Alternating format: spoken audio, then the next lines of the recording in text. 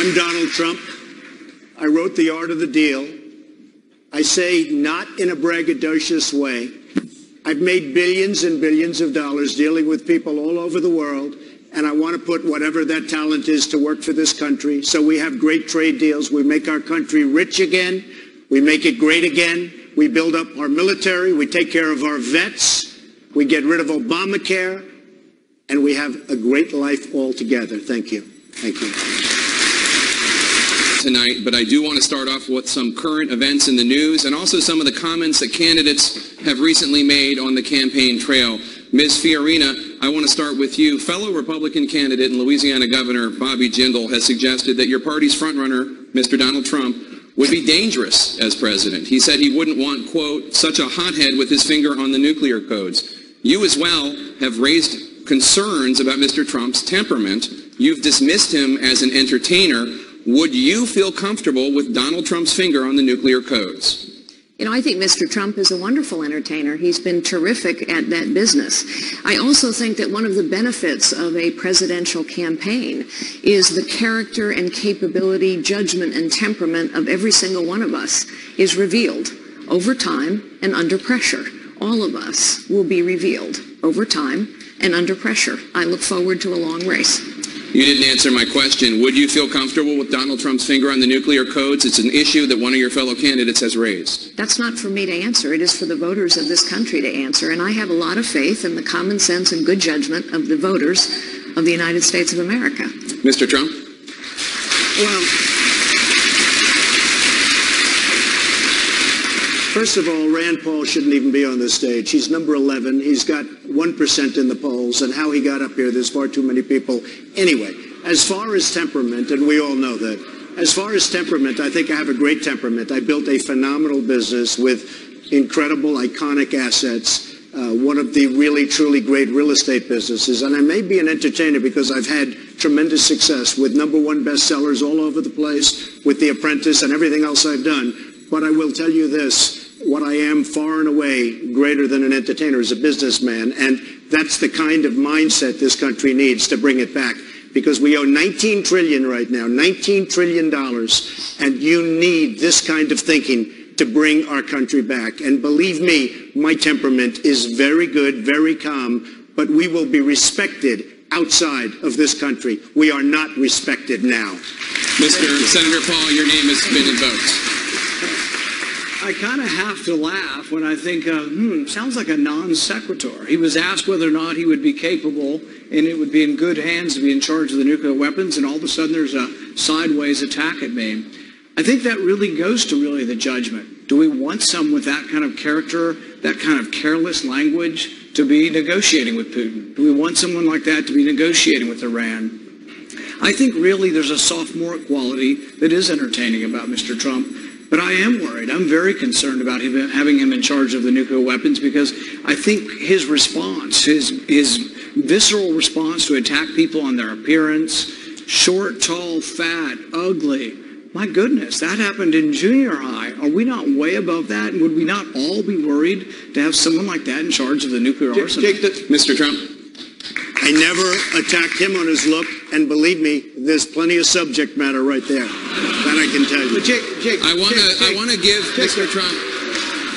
Mr. Trump, I want to give you another chance. Mr. Trump, I want to give you a chance to respond to something that your rival to your left, Governor Bush, said. Governor Bush told me last week, when I read him the quote from Governor Jindal, that he agrees you're not a serious candidate. Tell Governor Bush why you are a serious candidate and what your qualifications are to be commander-in-chief. I've actually been in politics all my life, although I've been on that side as opposed to this side. I'm now a politician for about 3 months. Obviously, I'm doing pretty well. I'm #1 in every polls by a lot. But the qualification is that I've dealt with people all over the world, been successful all over the world. Everything I've done virtually has been a tremendous success. When markets changed, when things turned, I heard Governor Pataki, who, by the way, was a failed governor in New York, a very seriously failed. He wouldn't be elected dog catcher right now. I heard what he had to say. And I will tell you this. Atlantic City, I've made a tremendous amount of money in Atlantic City. I left 7 years ago. I've gotten great credit for my timing, and that's what I'm all about. I'm a businessman, did really well, and Jeb, what I want to do is put that ability into this country to make our country rich again. And I can do that, and I'm not sure that anybody else in the group will be able to do that. Governor Bush, would you be comfortable with Donald Trump's finger on the nuclear codes? I think the voters will make that determination, but what I know to be true is that the next president of the United States is going to have to fix an extraordinarily difficult situation. This administration, with President Obama and Hillary Clinton, has created insecurity, the likes of which we never would have imagined. There's not a place in the world where we're better off today than 6.5 years ago. And that requires a steadiness. That requires an understanding of how the world works. That requires an understanding and appreciation of American leadership in the world. You can't just, talk about this stuff and insult leaders around the world and expect a good result. You have to do this with a steady hand, and I believe I have those skills. Jake, this is what's wrong with this debate. We're not talking about real issues. And Mr. Trump, we don't need an apprentice in the White House.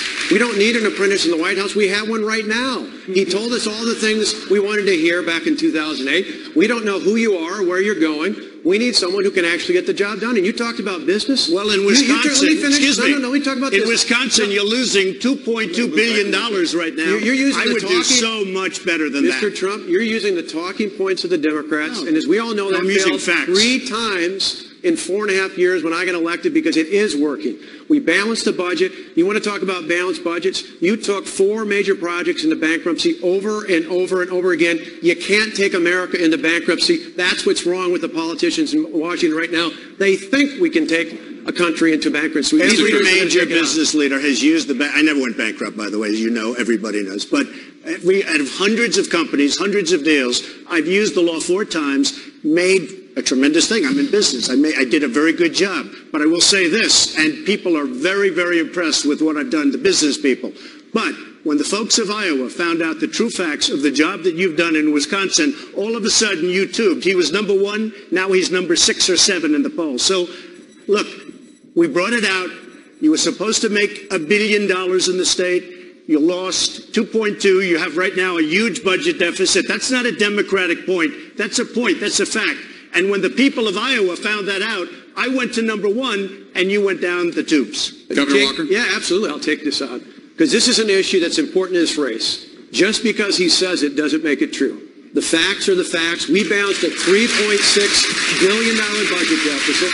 We did it by cutting taxes $4.7 billion to help working families, family farmers, small business owners, and senior citizens. And it's about time people in America stand up and take note of this. If you want someone who can actually take on the special interest of Washington, which you yourself just said you were part of, using the system, we need someone who's going to stand up and fight for average Americans to put them back in charge of the government. I'm the one who's taking that on. I'll do that as your next president. Let's move on. Governor Bush, in addition to the fact that he's an outsider, one of the reasons Mr. Trump is a frontrunner, Republican voters say, is because they like the fact that he is not bought and paid for by wealthy donors. Mr. Trump has repeatedly said that the $100 million you've raised for your campaign makes you a puppet for your donors. Are you? No, absolutely not. People are supporting me because I have a proven record of conservative leadership, where I cut taxes $19 billion over 8 years. We shrunk the state government workforce. We created a climate that led the nation in job growth 7 out of 8 years. We were one of 2 states to go to AAA bond rating. People know that we need principle-centered leadership, a disruptor to go to Washington, D.C. The one guy that had some special interest that I know of that tried to get me to change my views on something that was generous and gave me money was Donald Trump. He wanted casino gambling in Florida. I didn't want Yes, you did. Totally false. You wanted it, and you didn't get it because I was it. opposed to casino gambling before, I would've during, and after. And that's not, I'm not going to be bought by anybody. I promise, if I wanted it, I would have gotten it. No way, Ben. Believe me. Nope. I know my people. Not even possible. I know my people. Is there anything else you want to say about this? No, I just will tell you that, Jeb made the statement. I'm not only referring to him. A lot of money was raised by a lot of different people that are standing up here. And the donors, the special interests, the lobbyists have very strong power over these people. I'm spending all of my money. I'm not getting any. I turned down so much. I could have right now from special interests and donors, I could have double and triple what he's got. I've turned it down. I've turned down last week $5 million from somebody. So I will tell you, I understand the game. I've been on the other side all of my life. And they have a lot of control over our politicians. And I don't say that favorably, and I'm not sure if there's another system, but I say this, I am not accepting any money from anybody. Nobody has control of me other than the people of this country. I'm going to do the right thing. You got, according to to what you said on one of the talk shows, you got Hillary Clinton to go to your wedding because you gave her money. Maybe it works for Hillary Clinton. It doesn't work for anybody on this stage. I was a businessman. I got along with Clinton. I got along with everybody. Yeah. That was my job, to get along with people. But the simple fact is... Excuse me. 1 second. No. I didn't want to... Donald, you cannot take... More energy tonight. I like that. Look, I was asked the question. I didn't want... It was my obligation as a businessman to my family, to my company, to my employees, to get along with all politicians. I got along with all of them, and I did a damn good job in doing it. Go ahead. So, he supports Pelosi. He supports Schumer. He supports Clinton. Got along with everybody. And when he asked Florida to have casino gambling, we said no. Wrong. We said no, and that's the simple fact. Don't make things up, Jim. Don't cut me off. Come on, don't make things up. Jake, can I say something about that? Sure, Dr. Carson. You know, when I entered this race, all the political pundits said it's impossible. You can't do it because you're not connected with the money, and there's no way that you can raise what you need in order to compete successfully. I, in no way, am willing to get in the bed with special interest groups or lick the boots of billionaires.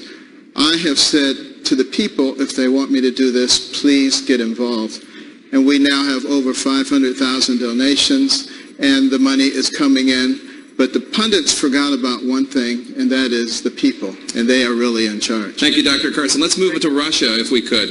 Russia is sending troops and tanks into Syria right now to prop up a U.S. enemy, Bashar al-Assad. President Obama's incoming top general says, quote, Russia presents the greatest threat to our national security. Mr. Trump, you say you can do business with President Vladimir Putin. You say you will get along, quote, very well. What would you do right now, if you were president, to get the Russians out of Syria? All right, so number one, they have to respect you. He has absolutely no respect for President Obama. Zero. Syria is a mess. You look at what's going on with ISIS in there. Now think of this. We're fighting ISIS. ISIS wants to fight Syria. Why are we fighting ISIS in Syria? Let them fight each other and pick up the remnants. I would talk to him. I would get along with him. I believe, and I may be wrong, in which case I'd probably have to take a different path, but I would get along with a lot of the world leaders that this country is not getting along with. We don't get along with China. We don't get along with the heads of Mexico. We don't get along with anybody. And yet at the same time, they rip us left and right. They take advantage of us economically and every other way.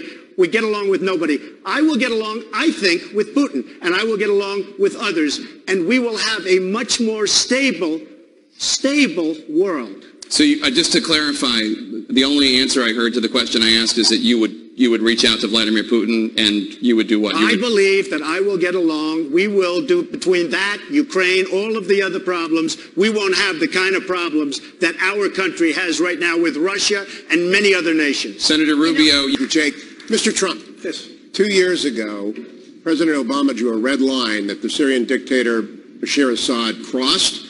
President Obama threatened to strike. He did not. His knees buckled. We now have 4 million refugees. Syria is a living hell. And he turned to the Congress for the authority to back him up. You have 3 senators to your right who said no. Do they bear responsibility for this refugee crisis? And what would you have done when Bashar Assad crossed that line? Number one, I wouldn't have drawn the line, but once he drew it, he had no choice but to go across. They do bear some responsibility, but I think he probably didn't do it not for that reason. Somehow he just doesn't have courage. There's something missing from our president.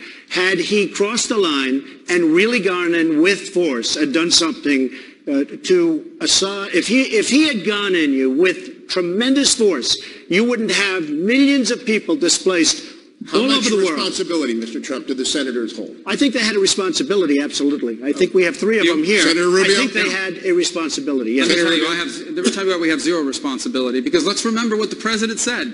He said the attack that he was going to conduct was going to be a pinprick. Well, the United States military was not built to conduct pinprick attacks. If the United States military is going to be engaged by a commander-in-chief, it should only be engaged in an endeavor to win. And we're not going to authorize use of force if you're not putting men and women in a position where they can win. And quite frankly, people don't trust this president as commander-in-chief because of that. Senator Paul. Bush, you recently said while discussing Planned Parenthood, quote, "You're not sure we need $500 million for women's health issues." Now, you since said that you misspoke. You didn't mean to say women's health issues, but Donald Trump said that quote, that comment, which Hillary Clinton did seize upon immediately, will haunt you the same way Mitt Romney's 47% video haunted him. Tell Donald Trump why he's wrong. Well, he's wrong on a lot of things, but on this he's wrong because I'm the most pro-life governor on this stage. I got to act on my core beliefs. It's part of who I am. Life is a gift from God, and from beginning to end, we need to respect it and err on the side of life. And so I defunded Planned Parenthood. We created a climate where parental notification took place. We were the only state to fund crisis pregnancy centers with state monies. We were totally focused on this, and I would bring that kind of philosophy to Washington, D.C. So here's a solution to this. Title 10 of the HHS funding, there's something that was called the Reagan Rule. It was passed in 1988. And in that rule, it was defined, and the courts approved this, that a Planned Parenthood, you couldn't separate the money between the actual abortion procedures, and there are 330,000 abortions that take place in this clinic, and their promotion of it. He interpreted it the right way. The courts ruled in his favor, and Planned Parenthood did not get funding during that time until President Clinton came in. When I'm elected president, we will restore that interpretation of Title 10, and this deal will be finished. Thank you, Governor Bush. Donald Trump, let me just the quote was, "I'm not sure we need $500 million for women's health issues." He said he misspoke. You said that that's going to haunt him. Why do you think that? It's a terrible statement. I think it's going to haunt him absolutely. He came back later and he said he misspoke. There was no question because I heard when he said the statement. I was watching and he said the statement and I said, wow, I can't believe it. I will take care of women. I respect women. I will take care of women. One thing we will say, and I would like to get back to the Iran situation. We're talking about Iran. The agreement was terrible. It was incompetent. I've never seen anything like it. One of the worst contracts of any kind I've ever seen. And nobody ever mentions North Korea, where you have this maniac sitting there, and he actually has nuclear weapons, and somebody better start thinking about North Korea and perhaps a couple of other places, but certainly North Korea. And Ted and I have spoken, a lot of us have spoken. We're talking about Iran. They're bad actors. Bad things are going to happen. But in the meantime, you have somebody right now in North Korea who's got nuclear weapons and who is saying almost every other week, I'm ready to use them, and we don't even mention it. Governor Bush? There are 13,000 community-based organizations that provide health services to women. 13,000 in this country. I don't believe that Planned Parenthood should get a penny from the federal government. Those organizations should get funding, just as I increased funding when I was governor of the state. That's the way you do this, is you improve the condition for people. And Donald, when I was governor, we also increased the opportunities for women. Women's income grew 3 times faster than national average when I was governor. So why did you say it? Why did you say it? I know, but why did you say it? I heard it myself. Why did you say child support. We increased child support. You said you're going to cut funding for women's health issues. You said it. Record. Yeah, except you said it. We're going to get to... Jake, just one more. There's something bigger to this. Now, I like some of the other governors here, I defunded Planned Parenthood 4.5 years ago in a blue state. But it's bigger than that. We did that in a blue state. We took the money and put it in the women's health. So we did exactly what we're talking about here. But I think the bigger issue here is we should be able to do this nationally. And this is precisely why so many Republicans are upset with Washington. They see the House and they see the Senate and say, why can't we pass this? Why can't we defund Planned Parenthood in a spending bill? Forget about the 60-vote rule. There's no reason, and the Constitution doesn't call for 60 votes. Pass it with 51 votes. Put it on the desk of the president. Thank you, Governor. And go forward and actually make a point. This is why people are upset with Washington. We're going to get to many of these issues. We're still in the first block, believe it or not. We're going to get to many of these issues. But before we end this block, Ms. Fiorina, I do want to ask you about this. In an interview last week in Rolling Stone magazine, Donald Trump said the following about you, quote, "Look at that face. Would anyone vote for that? Can you imagine that, the face of our next president?" Mr. Trump later said he was talking about your persona, not your appearance. Please feel free to respond what you think about his persona. You know, it's interesting to me. Mr. Trump said that he heard Mr. Bush very clearly and what Mr. Bush said. I think women all over this country heard very clearly what Mr. Trump said.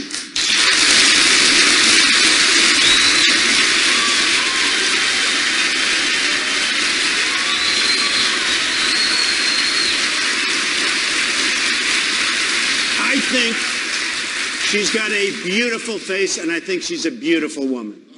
All right, on that note, in less than 2 minutes, we're going to take a very quick break. In less than 2 minutes, the most contentious Trump. You have called for deporting every undocumented immigrant.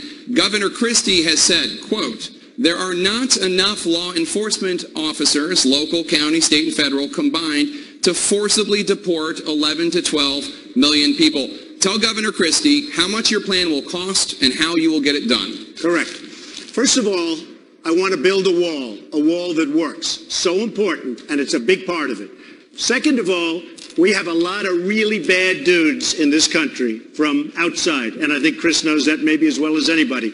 They go, if I get elected, first day, they're gone. Gangs all over the place, Chicago, Baltimore, no matter where you look. We have a country based on laws. I will make sure that those laws are adhered to. These are illegal immigrants. I don't think you'd even be asking this question if I didn't run. Because when I ran, and I brought this up at my opening remarks at Trump Tower, I took heat like nobody has taken heat in a long time. And then they found out with the killing of Kate from San Francisco and so many other crimes, they found out that I was right. And most people, many people apologized to me. I don't think you'd even be talking about illegal immigration if it weren't for me. So, we have a country of laws. They're going to go out, and they'll come back if they deserve to come back. If they've had a bad record, if they've been arrested, if they've been in jail, they're never coming back. We're going to have a country again. Right now, we don't have a country, we don't have a border, and we're going to do something about it. And it can be done with proper management, and it can be done with heart. Governor Christie, you and I have talked about this in an interview. You say that his big wall, his plan to deport 11 to 12 million undocumented immigrants, it sounds great, but it's never going to happen. Tell him why you're skeptical of his plans. Well, first off, Jake, I don't yield to anybody on how to enforce the law. I'm the only person on the stage who spent 7 years as the United States Attorney after September 11th. And I know how to do this. The fact is, though, that for 15,000 people a day to be deported every day for 2 years is an undertaking that almost none of us could accomplish given the current levels of funding and the current number of law enforcement officers. But here's what we need to do, and I think this is where Donald is absolutely right. What we need to do is to secure our border, and we need to do it with more than just a wall. We need to use electronics, we need to use drones, we need to use FBI, DA, and ATF, and yes, we need to take the fingerprint of every person who comes into this country on a visa, and when they overstay their visa, we need to tap them on the shoulder and say, you have overstayed your welcome, you are taking advantage of the American people, it's time for you to go. If we had that kind of system in place, we wouldn't have the 11 million people we have now. Thank you, Governor Christie. By the way, I agree with what Chris is saying, but I will say this. Illegal immigration is costing us more than $200 billion a year, just maintaining what we have. I want to bring in Dr. Carson because he, too, has been skeptical of your plan to immediately deport 11 to 12 million illegal immigrants. He said, quote, people who say that have no idea what this entails. Why do you say that, Dr. Carson? Well, first of all, recognize that we have an incredible illegal immigration problem. I was down in Arizona a few weeks ago at the border. I mean, the fences that were there were not manned, and those are the kind of fences when I was a kid that would barely slow us down. So I don't see any purpose in having that. Now, what we need to do is look at something that actually works. Yuma County, Arizona, they stopped 97% of the illegal immigration through there. They put in a double fence with a road so that there was quick access by the enforcement people. If we don't seal the border, the rest of the stuff really doesn't matter. It's kind of ridiculous, all the other things that we talk about. We have the ability to do it. We don't have the will to do it. There was one area where they had cut a hole in the fence, and to prepare it, they put a few strands of barbed wire across. Well, the photographers who were there with us, they wanted to photograph us from the side of the Mexicans, and they went through there, and they were not physically fit people, and they took their cameras and things with them and shot us from the other side. That's how easy it is to get across. And the drugs, I mean, it goes on and on and on. ICE tells them to release these people. 67,000 criminals released onto our property. It's ridiculous. With all due respect, Dr. Carson, you said about Donald Trump's plan to immediately deport 11 to 12 million undocumented immigrants. People who say that have no idea what this entails. Why not? Well, I have also said, if anybody knows how to do that, that I would be willing to listen. And if they can, specify exactly how that's going to be done and what the cost, and it sounds reasonable, then I think it's worth discussing. But let's continue the conversation about illegal immigration with Dana Bash. Governor Bush, Mr. Trump has suggested that your views on immigration are influenced by your Mexican-born wife. He said that, quote, if my wife were from Mexico, I think I would have a soft spot for people from Mexico. Did Mr. Trump go too far in invoking your wife? He did. He did. You're proud of your family, just as I am. Correct. To subject my wife into the middle of a raucous political conversation was completely inappropriate, and I hope you apologize for that, Donald. Well, I have to tell you, I hear phenomenal things. I hear your wife is a lovely woman. She is. She's I don't fantastic. know her, and this She is is a total absolutely the love of my life, mischaracterization and of what she's I right said. here, and why don't you Good. apologize Good. for her? No, I won't right do that now. because I said nothing wrong, but I do hear she's a lovely woman. So here's the deal. My wife is a Mexican-American. She's an American by choice. She loves this country as much as anybody in this room.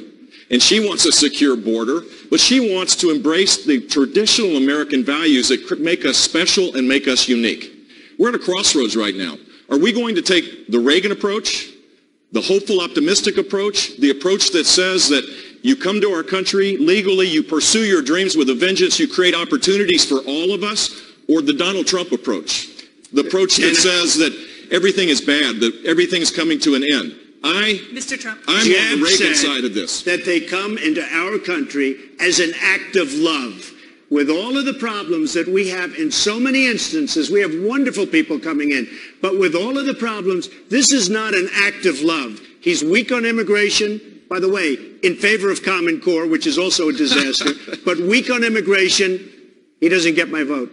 Dana, with all Mr. due Trump, respect to Mr. Trump, immigration did not come up in 2016 because Mr. Trump brought it up. We talked about it in 2012. We talked about it in 2008. We talked about it in Not with this 2004. intensity. We have been talking about it for 25 years. This is why people are tired of politicians. We're going to come to you. I just want to get Governor Bush a chance to respond to what Mr. Trump Look, said. first of all, I wrote a book about this 4 years ago now. And I laid out a comprehensive conservative approach for immigration reform. And it does require securing the border. No one disagrees with that. But to build a wall and to deport people 500,000 a month would cost hundreds of billions of dollars, Donald. Hundreds of billions of dollars. It would destroy community life. It would tear families apart. And it would send a signal to the rest of the world that the United States values that are so important for our long-term success no longer matter in this country. As I said, we are spending $200 billion. We are spending $200 billion a year on maintaining what we have. We will move them out. The great ones will come back. The good ones will come back. They'll be expedited. They'll be back. They'll come back legally. We'll have a country. They'll come back legally. Okay, on that note, you have criticized Governor Bush for speaking Spanish on the campaign trail. You said, quote, he should really set an example by speaking English in the United States. What's wrong with speaking Spanish? Well, I think it's wonderful and all, but I did it a little bit half-heartedly, but I do mean it to a large extent. We have a country where to assimilate, you have to speak English. And I think that where he was and the way it came out didn't sound right to me. We have to have assimilation. To have a country, we have to have assimilation. I'm not the first one to say this, Dana. We've had many people over the years, for many, many years, saying the same thing. This is a country where we speak English, not Spanish.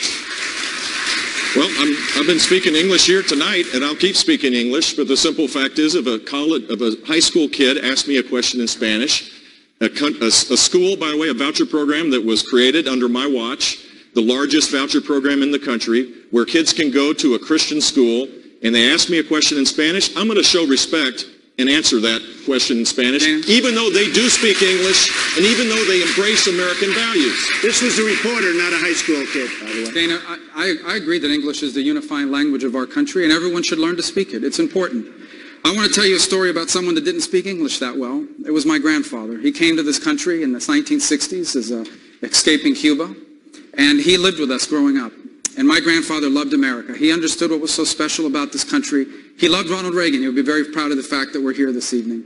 My grandfather instilled in me the belief that I was blessed to live in the one society in all of human history where even I, the son of a bartender and a maid, could aspire to have anything and be anything that I was willing to work hard to achieve. But he taught me that in Spanish, because it was the language he was most comfortable in. And he became a conservative even though he got his news in Spanish. And so I do give interviews in Spanish, and here's why. Because I believe that free enterprise and limited government is the best way to help people who are trying to achieve upward mobility. And if they get their news in Spanish, I want them to hear that directly from me, not from a translator at Univision. Thank you, Senator Rubio. Senator Cruz. Mr. Trump, you say that babies born in the United States to undocumented immigrants should not any longer get automatic American citizenship. Ms. Fiorina says that you are pandering on this issue and acting like the politicians that you rail against. What's your message to Ms. Fiorina on birthright citizenship? Well, first of all, the 14th Amendment says very, very clearly to a lot of great legal scholars, not television scholars, but legal scholars, that it is wrong. It can be corrected with an act of Congress, probably doesn't even need that. She's 9 months. She walks across the border. She has the baby in the United States, and we take care of the baby for 85 years. I don't think so. And by the way, Mexico and almost every other country anywhere in the world doesn't have that. We're the only ones dumb enough, stupid enough to have it. And people, and by the way, this is not just with respect to Mexico. They're coming from Asia to have babies here, and all of a sudden we have to take care of the babies for the life of the baby. The 14th Amendment, it reads properly. You can go, and it's probably going to have to go through a process of court, probably ends up at the Supreme Court, but there are a lot of great legal scholars that say that is not correct. And in my opinion, it makes absolutely no, we're the only, one of the only countries, we're going to take care of those babies for 70, 75, 80, 90 years? I don't think so. Ms. Fiorina, the vast majority of countries do not have birthright citizenship. Donald Trump is right about that. Why is it pandering when he says this? First, let me say we have just spent a good bit of time discussing as Republicans how to solve this problem. I would ask your audience at home to ask a very basic question. Why have Democrats not solved this problem? President Obama campaigned in 2007 and 2008 on solving the immigration problem. He entered Washington with majorities in the House and the Senate. He could have chosen to do anything to solve this problem. Instead, he chose to do nothing. Why? Because the Democrats don't want this issue solved. Ms. Fiorina, they want it to be an issue that they can use. As to birthright citizenship, the truth is you can't just wave your hands and say the 14th Amendment is going to go away. It will take an extremely arduous vote in Congress, followed by 2/3 of the states, and if that doesn't work to amend the Constitution, then it is a long, arduous process in court. And meanwhile, what will continue to go on is what has gone on for 25 years. With all due respect, Mr. Trump, we have been talking about illegal immigration for 25 years. San Francisco has been a sanctuary city since 1989. There are 300 of them. And meanwhile, what has happened? Nothing. The border remains insecure. The legal immigration system remains broken. Look, we know what it takes to secure a border. We've heard a lot of great ideas here. Money, manpower, technology, mostly apparently leadership, the kind of leadership that understands how to get results. Thank you, Ms. Fiorina. Mr. Trump, I agree 100%, by the way, with Carly on the fact that the Democrats do not want to solve this problem for the obvious reasons, but they do not. But I believe that a reading of the 14th Amendment allows you to have an interpretation where this is not legal and where it can't be done. I've seen both sides, but some of the greatest scholars agree with me without having to go through Congress. If you do go through Congress, you can absolutely solve it. Thank you, Mr. Trump. You would stipulate, Mr. Trump, that not everyone agrees with you. That's true. Sure. Senator Paul, I want to bring you in. Where do you stand on the issue of birthright citizenship? Well, I hate to say it, but Donald Trump has a bit of a point here. The case that was decided around 1900 was people had a green card, were here legally, and they said that their children were citizens. There's never been a direct Supreme Court case on people who are here illegally, whether or not their kids are citizens. So it hasn't really been completely adjudicated. The 14th Amendment says that those who are here and under the jurisdiction. The original author of the 14th Amendment said on the Senate floor that this was applying to slaves and did not specifically apply to others. All right, Senator Paul, thank you so much. Let's turn to a new topic. We've received a lot of questions on social media about the economy and about jobs. We have two CEOs on stage right now. Ms. Fiorina, you were CEO of Hewlett-Packard. Donald Trump says you, quote, ran HP into the ground. You laid off tens of thousands of people. You got viciously fired. For voters looking to somebody with private sector experience to create American jobs, why should they pick you and not Donald Trump? I led Hewlett-Packard through a very difficult time, the worst technology recession in 25 years. The NASDAQ stock index fell 80%. It took 15 years for the stock index to recover. We had very strong competitors who literally went out of business and lost all of their jobs in the process. Despite those difficult times, we doubled the size of the company. We quadrupled its top-line growth rate. We quadrupled its cash flow. We tripled its rate of innovation. Yes, we had to make tough choices. And in doing so, we saved 80,000 jobs, went on to grow to 160,000 jobs, and now Hewlett-Packard is almost 300,000 jobs. We went from lagging behind to leading in every product category and every market segment. We must lead in this nation again, and some tough calls are going to be required. But as for the firing, I have been very honest about this from the day it happened. When you challenge the status quo, you make enemies. I made a few. Steve Jobs told me that when he called me the day I was fired to say, hey, been there, done that twice. It's also true that the man that led my firing, Tom Perkins, just took out a full-page ad in the New York Times to say he was wrong, I was right, I was a terrific CEO, the board was dysfunctional, and he thinks I will make a magnificent president of the United States. Well, Mr. Trump, why would you be better at creating jobs than Carly Fiorina? Well, let me just explain. The head of the Yale Business School, Jeffrey Sonnenfeld, wrote a paper recently, one of the worst tenures for a CEO that he has ever seen, ranked one of the top 20 in the history of business. The company is a disaster and continues to be a disaster. They still haven't recovered. In fact, today on the front page of the Wall Street Journal, they fired another 25 or 30,000 people saying we still haven't recovered from the catastrophe. When Carly says the revenues went up, that's because she bought Compaq. It was a terrible deal, and it really led to the destruction of the company. Now, one other company before that was Lucent. Carly was at Lucent before that. And Lucent turned out to be a catastrophe also. So I only say this. She can't run any of my companies. That I can tell you. Ms. Fiorina, I want to give you a chance to respond. Jeffrey Sonnenfeld is a well-known Clintonite and honestly had it out for me from the moment that I arrived at Hewlett-Packard. But honestly, Mr. Trump, I find it quite rich that you would talk about this. You know, there are a lot of us Americans who believe that we are going to have trouble someday paying back the interest on our debt because politicians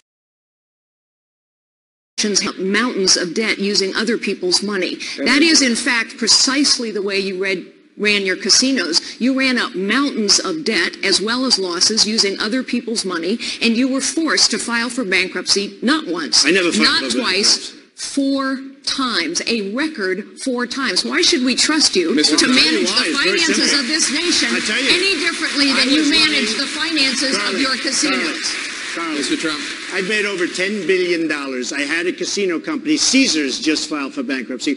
Chris will tell you, it's not Chris's fault either.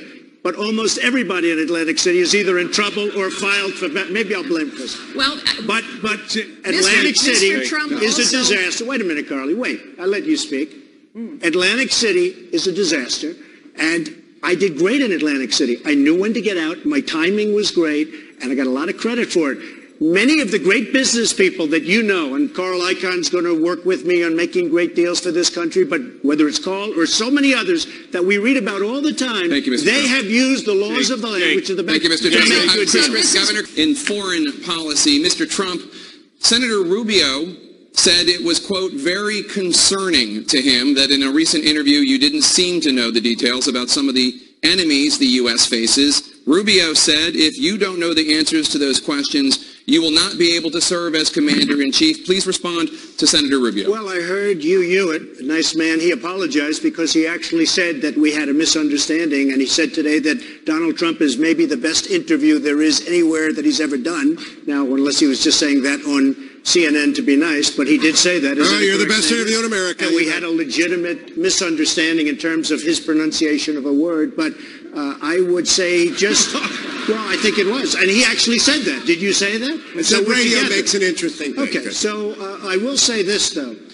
You was giving me name after name, Arab name, and there are few people anywhere that would have known those names. I think he was reading them off a sheet.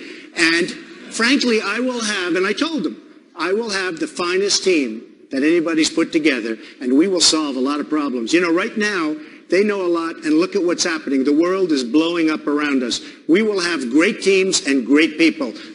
Senator I hope Rubin? that answers your question. I mean, you are in the Senate, but I hope that answers your question. Well, it does, but then it's the following way. This is an important question. I think if you're running for president, these are important issues, because look around the world today.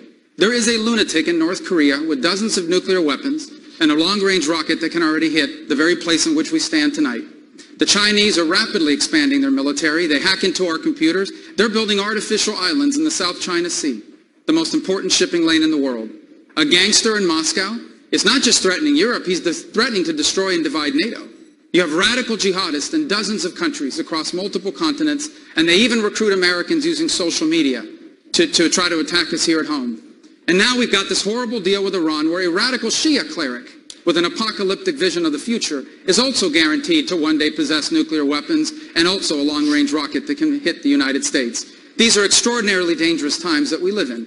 And the next president of the United States better be someone that understands these issues and has good judgment about them. Because the number one issue that a president will ever confront and the most important obligation that the federal government has is to keep this nation safe. And today, we are not doing that. We are eviscerating our military, and we have a president that is more respectful to the Ayatollah in Iran than he is to the Prime Minister of Israel.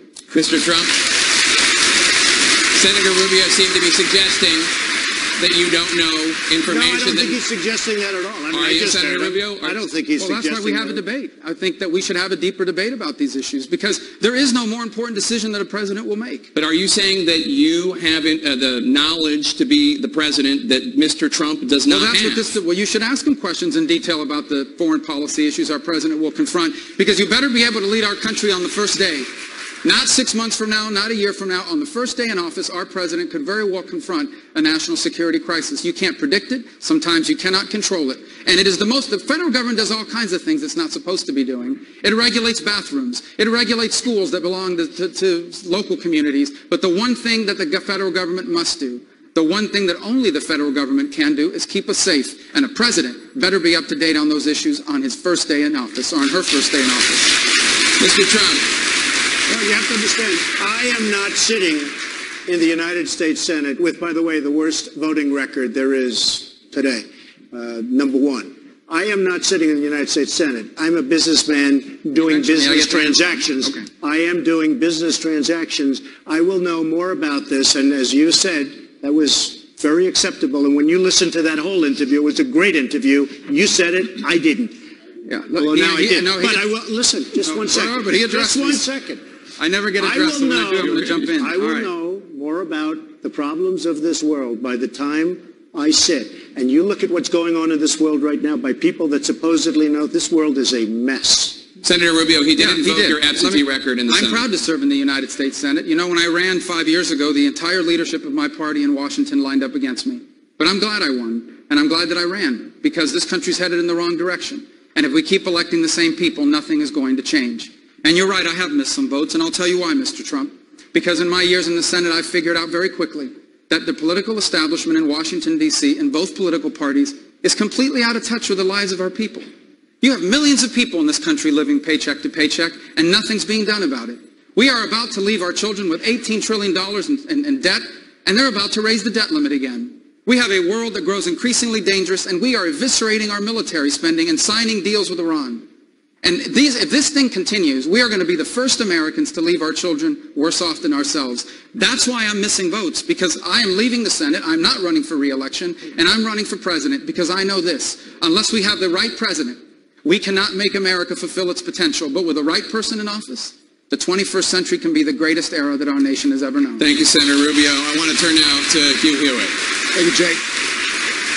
I've done a lot of great interviews with all of you, but Governor Bush, I talked to you in February about the biggest elephant in a room full of elephants, which is your last name. And you told me that you would not be burdened either by your brother or your father's legacy in the Middle East.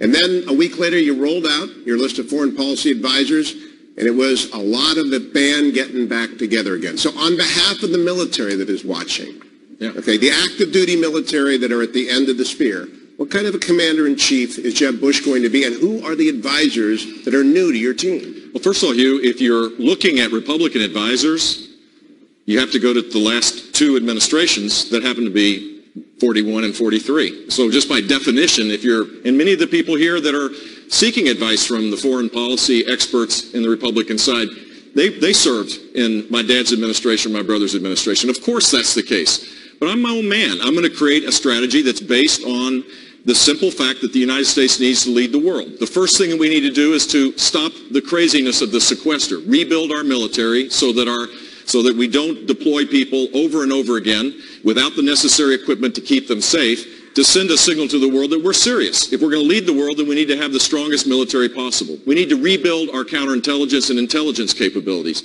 We need to focus on the fact that the next president's going to start in 2017, not in 1990, 30 years ago, or when my brother started. The world is dramatically different. And I believe that we need to restore America's presence and leadership in the world. Name a country where our relationship is better today than it was the day that Barack Obama got elected president. Under Hillary Clinton and Barack Obama, we have seen a weakness that now creates huge problems for the next president of the United States. So I'll have a team that will be following the doctrine that I set up, and it'll be peace through strength. We're sitting here in this library, which is a wonderful place to talk about this, because that's exactly what happened in the 1980s, and the world was a lot safer because of the leadership of Ronald Reagan and my Trump. I want to ask you a question, though. You've promised us great leaders, and I believe that. But Jeb Bush has laid out 20 different people that have experience around the world. There are 190 countries. You can't run the world by yourself. When are we going to get some names on your military and your foreign policy advisors? And I'm meeting with people that are terrific people, but I have to say something because it's about judgment. I am the only person on this dais, the only person that fought very, very hard against us, and I wasn't a sitting politician, going into Iraq. Because I said going into Iraq, that was in 2003, you can check it out, I'll give you 25 different stories. In fact, a delegation was sent to my office to see me because I was so vocal about it. I'm a very militaristic person, but you have to know when to use the military. I am the only person up here that fought against going into Iraq. Hugh, can I make a response to that? Just excuse me 1 second, Can I Rand, make if you a don't mind, response to Rand. that? You know, you are on less, you do have your 1%. I would like, and I think it's very important, I think it's important because it's about judgment. It's about judgment. I didn't want to go into Iraq, and I fought it because what I said to you, was you're going to destabilize the Middle East, and that's what happened. So he's referred to me in his the first remarks. chance. May I make a response? Right after me, and I'll yield the floor. What do you guys say in the Senate when you're talking and debating? Absolutely. Go ahead.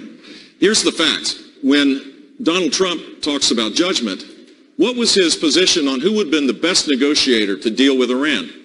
It wasn't a Republican. It was Hillary Clinton. That's what you believe. I mean, the lack of judgment and the lack of understanding about how the world works is really dangerous in this kind of time that we're saying. So is that the judgment that you bring to the table, that Hillary Clinton is a great negotiator, that she could bring about a better Your deal brother with Iran? and your brother's administration gave us Barack Obama because it was such a disaster those last 3 months that Abraham Lincoln couldn't have been elected. You know what? As it relates to my brother, there's one thing I know for sure. He kept us safe. I don't know if you remember, Donald, you remember the rubble? You remember the firefighter with his arms around it? He sent a clear signal that the United States would be strong and fight Islamic terrorism, and he did keep us safe. I don't know, you feel safe right now? I don't feel so safe. Well, that's because of Barack. That's because of Barack Obama. That's because of Barack Obama. We've had a president who called ISIS the JV squad, Yemen a success story, Iran a place we can do business with. It's not because of George W. Bush. It's because of Barack Obama. But here on that point, though, whether we're talking about national security, foreign policy, or we're talking about domestic policy, or the collapse of the economy. The key issue here is talking about leadership. Now, there's a lot of great people up here, and you've heard a lot of great ideas out there. But I would ask the American people, look at who's been tested.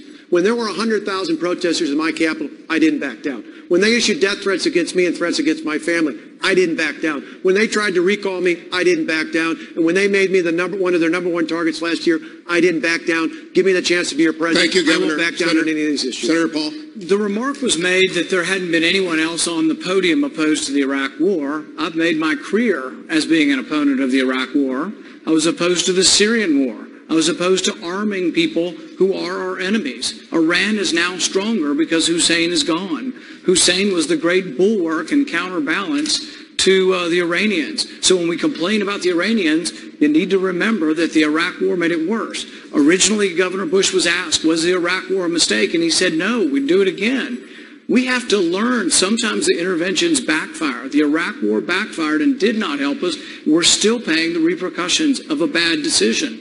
We have to make the decision now in Syria. Should we topple Assad? Many up here wanted to topple Assad, and it's like I said no, because if you do, ISIS will now be in charge. Mr. Trump, you have said once or twice that you are really rich, and you are by far the richest person on this stage.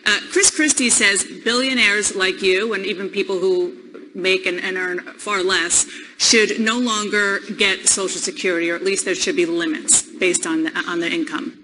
You think he's wrong, and if so, why? Speaking for myself, I'm okay with it. I think there's a certain truth to it. I know people that, frankly, it has no impact on their life whatsoever. There are many people, I would almost say leave it up to them, but I would be willing to check it off and say I will not get Social Security. What about the country as a policy? As a policy, I would almost leave it up to the people. Don't forget, they pay in, and maybe they do well, and maybe some people want it.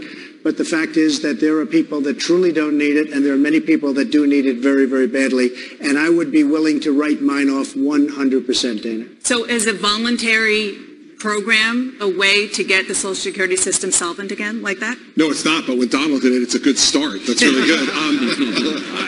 No, listen. This is an issue that we've got to talk about, and we haven't talked about yet. 71% of all federal spending is on entitlements and debt service.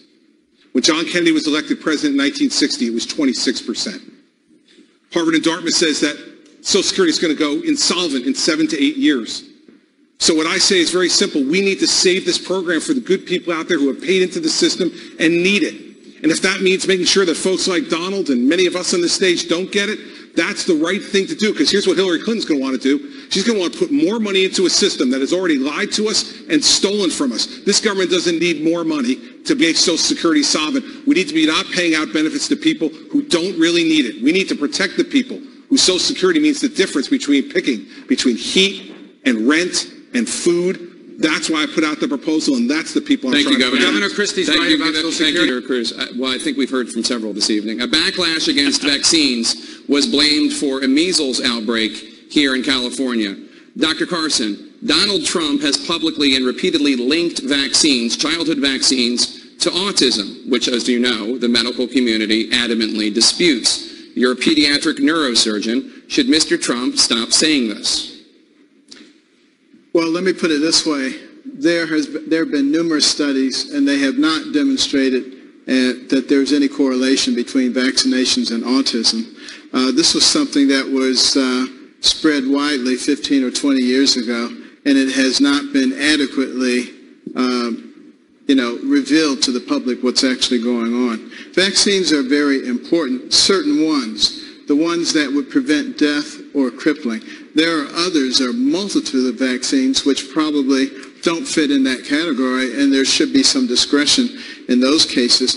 But, a lot of this is pushed by big government, and I think that's one of the things that people so vehemently want to get rid of big government. We have 4.1 million federal employees, 650 federal agencies and departments. That's why they have to take so much of our taxes. Should he stop saying it? Should he stop saying the vaccines cause autism? Well, I've just explained it to him.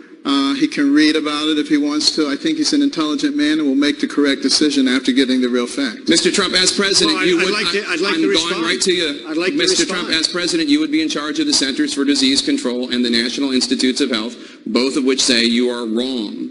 How would you handle this as president? Autism has become an epidemic.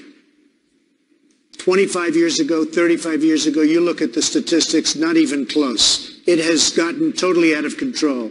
I am totally in favor of vaccines, but I want smaller doses over a longer period of time. Because you take a baby in, and I've seen it, and I had my children taken care of over a long period of time, over a 2 or 3 year period of time, same exact amount. But you take this little beautiful baby and you pump, I mean, it looks just like it's meant for a horse, not for a child. And we've had so many instances, people that work for me just the other day, 2 years old, 2.5 years old, a child, a beautiful child, went to have the vaccine and came back and a week later got a tremendous fever, got very, very sick, now is autistic. I only say it's not, I'm in favor of vaccines. Do them over a longer period of time, same amount. Thank you. Just in little sections. Dr. Carson. And I think you're going to see a big impact on autism. Dr. Carson, you just heard his medical take. He's an okay doctor.